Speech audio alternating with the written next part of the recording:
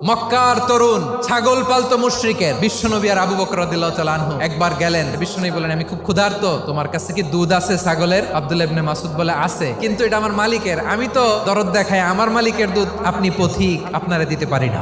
বিশ্বনবী এইটা শুনেই তার টার্গেট করে ফেলছে। বিশ্বনবী বলেন, আচ্ছা ঠিক আছে, দুধ দিও না, কিন্তু এমন ছাগি আছে কিনা যেই ছাগির সাথে কোনো ছাগলের মিলন হয় নাই, তার ওলানে দুধও আসে নাই, বাচ্চাও নাই, এরকম ছাগির থেকে যদি আমি দুধ খাই তাহলে তো সমস্যা নাই। বলতেছে, এরকম ছাগির থেকে দুধ খাইলে সমস্যা নাই, কারণ এরকম ছাগি ওলান থেকে দুধ আসবেও না। বলতেছে, ঠিক আছে, এরকম একটা ছাগি নিয়ে আসা হলো। বিশ্বনবী বিসমিল্লাহ বলে ওই ছাগির ওলানে হাত দিলেন। হাত দিতে দেরি, পুরো ওলানটা দুধে ভরে যেতে দেরি হয় না।